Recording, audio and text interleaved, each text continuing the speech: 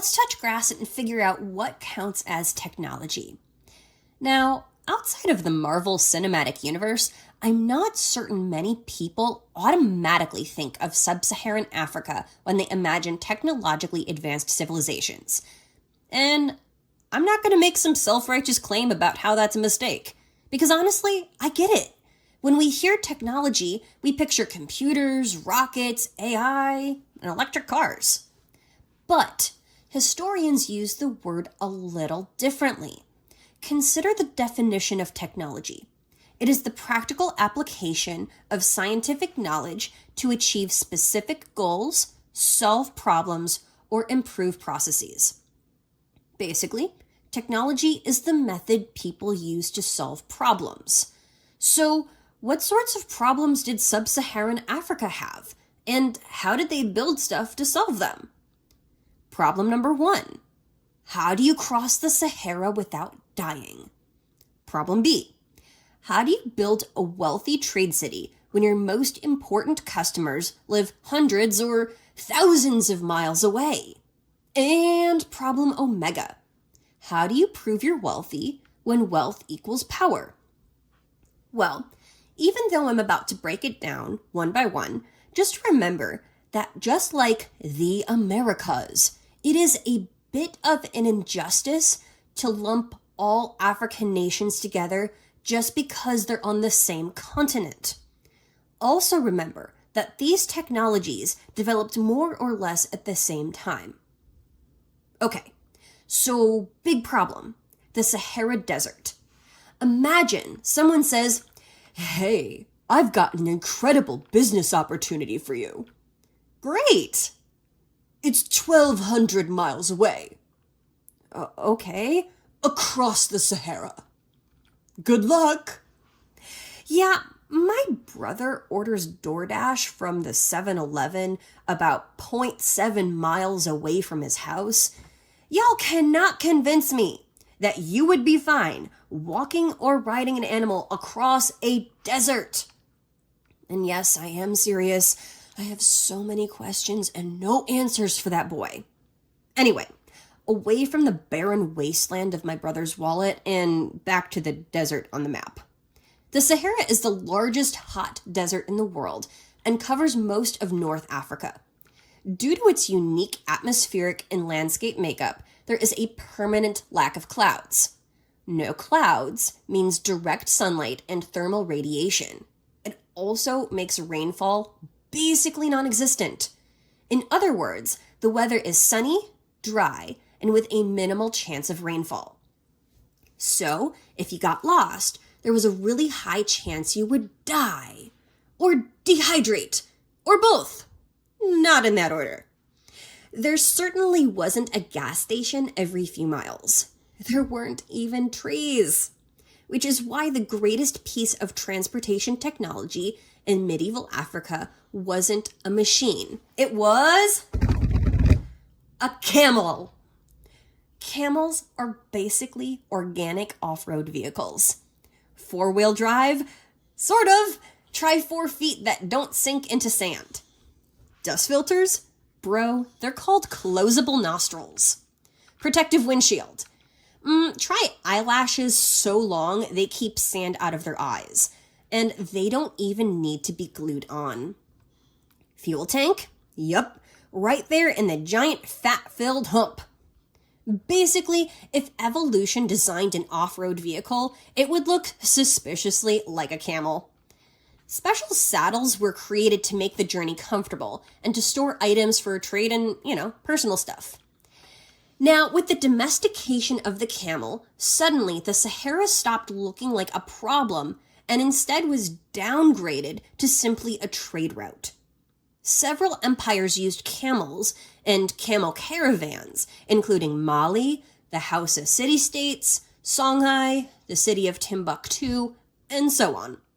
Camel caravans were organized because travel was safer in numbers, and merchants could travel from oasis to oasis, carrying salt, gold, textiles, books, and ideas across thousands of miles.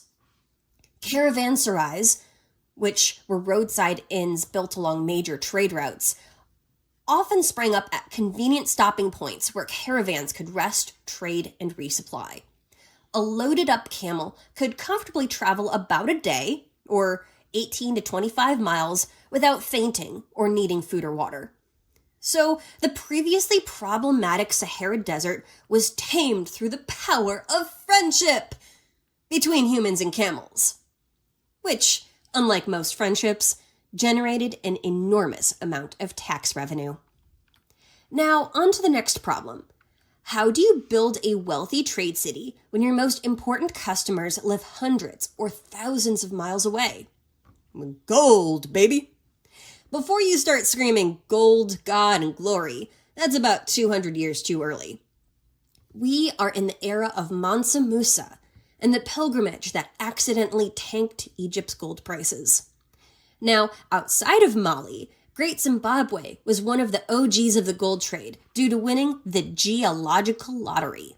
They were filthy rich and had tons of clients, which was objectively kind of weird because they were really far inland. And it would be like opening a fresh seafood restaurant in Nebraska. You'd certainly have some explaining to do. But Great Zimbabwe didn't need to explain and didn't need to move. The gold did. Merchants hauled gold from the interior to the Swahili port cities like Sofala, Kilwa, and Mombasa, where it was loaded onto ships headed towards Dar al-Islam, Southeast Asia, and China. Yes, specifically China. No, I am not glossing over East Asia. Anyway, Great Zimbabwe basically outsourced the shipping department to their clients. Now, here's where things get really fun. If you are making an obscene amount of money from gold exports, eventually you're going to want to flex a little. Today, billionaires buy yachts or yeet themselves up into space. The rulers of Great Zimbabwe apparently looked at that and thought, nah, let's stack rocks. Massive granite blocks. Without mortar, without concrete, without cement, just rocks. The original IKEA instruction manual was probably just one page that said, rock goes on other rock.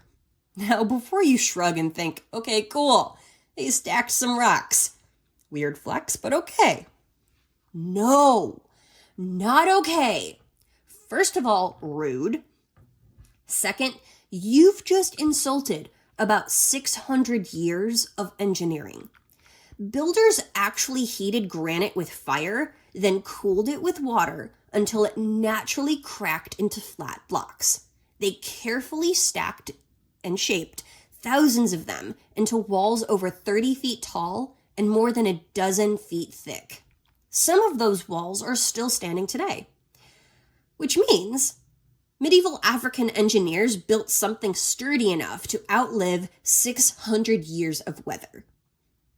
Meanwhile, my local tollway needs repairs every spring. Our tax dollars at work, folks. Okay, last big problem. How do you prove you're wealthy to people you've never met? Well, in today's world, there's a saying that while money talks, wealth whispers. Like people who win the lottery buy flashy Lamborghinis. People who grew up wealthy casually mention they're remodeling their third vacation home. Anyway, this expression is very much not true for the post-classical world. Money talked and wealth screamed. The wealthy built entire monuments and palaces and commissioned ridiculously complicated artwork just to prove they could. Take the Kingdom of Benin. Its artists became famous for casting incredibly detailed bronze plaques and royal heads using something called the lost wax casting process. Basically, an artist sculpted the design out of wax, covered it in clay, heated it until the wax melted away, and then poured molten metal into the empty space. Once the clay mold was broken open, ta-da! A finished bronze sculpture. Which sounds easy until you remember two things. One, bronze melts at about 1,700 degrees Fahrenheit. 2, they were doing this centuries before someone could watch a YouTube tutorial of cast bronze with me and how I accidentally set myself on fire. Artwork in Benin, and basically in general during the post-classical world, was a method of advertising power, recording history, and a method of impressing foreign visitors. There was no such thing as art for its own sake, which objectively is kind of sad, but realistically goes to show that art was professional, not a hobby. So, sorry, no toddler hand turkeys for you guys. As a result of being a professional, respected career, complex artwork told everyone, we can afford to pay artisans to spend months making artwork instead of growing food. That's a pretty subtle flex. #sarcasm. Like I said, wealth screamed. Think about it this way. Nobody looks at Lalibela St. George Church in Ethiopia and thinks, wow, these people must have been broke. Whether it was the stone walls of Great Zimbabwe, the bronze artwork of Benin, or the churches of Ethiopia carved down into the ground itself, rulers were sending exactly the same message. We have enough wealth, enough skilled workers, and enough stability to build things that are not directly related to daily life. We are thriving, not just surviving. So how does this tie back into technology? Well, remember our definition. Technology is the practical application of knowledge to solve problems. The problem wasn't, how do I make a pretty picture? The problem was, how do I take a chunk of bronze and turn it into the king's face without accidentally making him look ugly? Bronze doesn't magically turn into a sculpture. Someone had to figure out how to melt it, cast it, cool it, shape it, and do all of that without ruining the final product. Those giant stone walls at Great Zimbabwe didn't stack themselves. Someone had to understand how granite fractures, how weight distributes across a wall, and how to fit thousands of stones together without mortar. The artwork advertised power, and the technology made the artwork possible. So, how did Sub-Saharan Africa solve some really big problems? They crossed the Sahara with camels, aka biological transportation technology, built wealthy inland kingdoms by exporting gold through coastal trade networks, aka supply chains, and flexed their power with engineering and metallurgy, wow, I cannot say that word, metalworking, that visitors couldn't ignore, aka architecture and lost wax bronze casting. So in other words, 1, transportation hacks in the form of camels. 2, use the monsoon marketplace and trans-Saharan trade route to maximum advantage. And 3, turn wealth into political propaganda artwork. Our AP tip of the day is also about problem solving. That is, problem solving the multiple choice section. You have 55 questions to answer in 55 minutes. That means you have, on average, about 1 minute per question. Some questions are basically freebies. Others make you read a paragraph, a chart, or a historical document before you can even start thinking. So, a big problem is time. Keep an eye on the clock. If a question is taking way too long, flag it and move on. It is much better to answer 30 easy questions and come back to a few difficult ones than to spend 5 minutes wrestling with one question while easy points are sitting there waiting for you. Next problem, the question itself. A surprising number of students don't miss multiple choice questions because they don't know the history.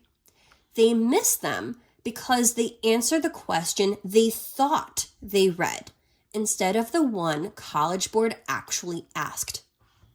Slow down just enough to identify what the question wants before you start looking at the answer choices. Is it asking for a cause, an effect, a similarity, A difference? A continuity? A change? Once you know what the question is actually asking, eliminating wrong answers becomes a whole lot easier.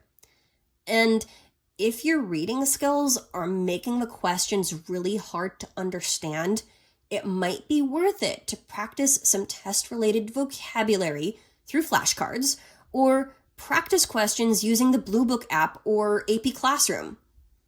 Okay, that's enough grass for today. Romeo and I are heading home.